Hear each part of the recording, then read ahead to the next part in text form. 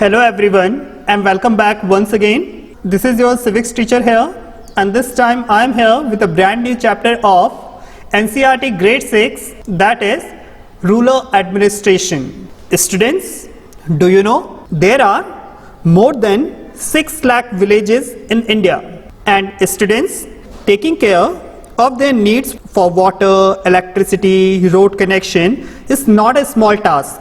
And in fact, in addition, land records have to be maintained and conflicts also need to be dealt with.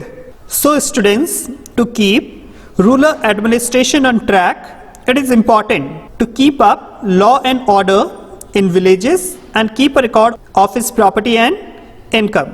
So there is a need of large machinery in order to deal all these problems. So students, now in this chapter we are going to learn and discuss such kind of large machinery that helps to regulate or maintain law and order in rural administration. So let's start. Now students, the first topic of your this chapter is rural administration. Students, your this chapter starts with a story of two men named Mohan and Raghu. And students, this story will help you to understand this chapter more clearly. So let's start the story. Students, both the men Mohan and Raghu are basically farmers. And students, the lands of both the farmers are at the same place, separated by a small boundary called the Bund. Students, one day Raghu shifted his boundary a little bit towards the land of Mohan. And students, when Mohan went to ask Raghu why he did so, then Raghu declined. And in fact, Raghu beat Mohan with the help of his workers. Now students, with nothing else left to do, Mohan had to lodge a complaint against Raghu at the local police station with the help of the eyewitnesses who were present that time. And students, Raghu was a very influential person. And despite knowing the truth that Raghu might have influenced the local police, Mohan couldn't register the complaint at another police station because every police station has an area that comes under its control. Now students, as I said, that every police station has an area that comes under its control. So all the persons in that area can report cases or inform the police about any theft, accident, injury, fight, etc. to that particular police station only. And students, once an FIR is lodged against a person, then it is the responsibility of the police of that particular station to inquire, to investigate and take action on the cases within its area. And students, though initially the police didn't believe on Mohan because, as I said earlier, that Raghu was a very influential person and he had a very good contact with the police officers. So initially the police didn't believe on Mohan. But students, due to the insistence from the other villages, the police had to file the case against Raghu. And students, it would have been possible to solve this argument between Mohan and Raghu more peacefully if there were any kind of records that show who owns what land in the village. And then after comparing the land records to the current measurements would ensure if Raghu has taken up Mohan's land or not. Now students, there is a question that who is responsible for measuring the land and maintaining the land records? Students, for this purpose, there is an officer who is generally appointed by the government.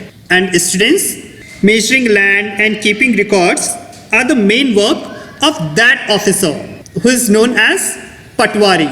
And students, the Patwari is known by different names in different states.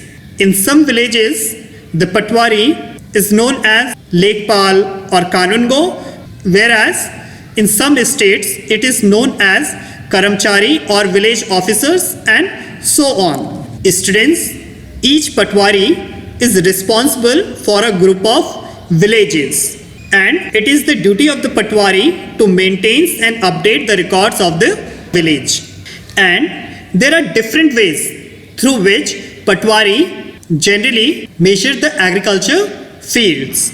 Now students, the another important work of Patwari is to maintain the details of map, measuring agricultural fields, collection of land revenue from the farmers, and providing information to the government about the crops grown in a particular area. And students, all these works are generally done by the help of the records that are kept by the Patwari. So, it is an important duty of a Patwari to regularly update these records, because farmers may change the crop they grow, or someone may dig a well somewhere. And students, the records that are generally kept by the Patwari are supervised by the senior people of the revenue department of the government. And students, the revenue department of the government kept an eagle eye on the records that Patwari kept. And then students, all the works and the records of the Patwari are then supervised by the senior people in this revenue department. Students, as you all know that India is a very vast country, and students, it is not possible for a single person to keep an eye on overall country. So, in order to maintain law and order, India is divided into numerous state and union territories. Then, further, every state in India is divided into many districts in order to manage records relating to land. And then students, these districts are also further subdivided. And students, these subdivisions means to say the districts that are further subdivided are known as Tehsil, Taluka, and so on. Means to say the district is further divided into numerous small regions, and these small regions are known by different name in different states, such as in some states the subdivision is known as Tehsil, whereas in other it is known as Taluka.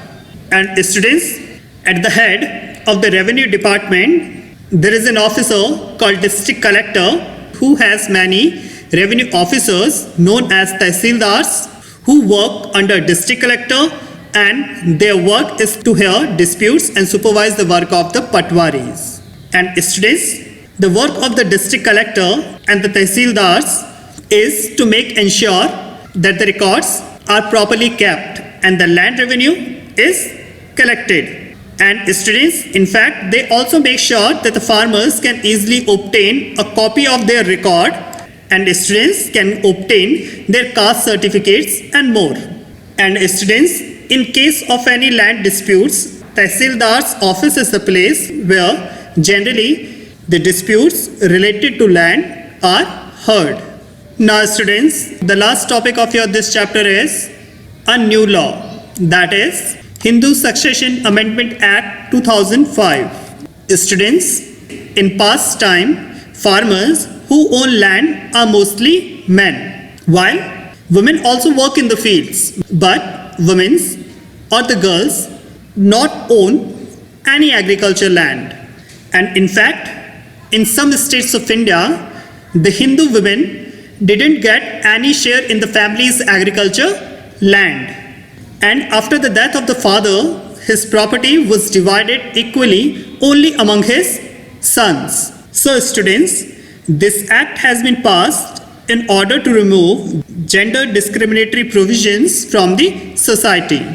But students, now the law was completely changed after the Hindu Succession Amendment Act 2005. And students, as per according to this law, the daughters and their mothers also have a right to get an equal share in the land. And now the daughter and the woman has the same rights in the paternal property as she would have if she had been a son.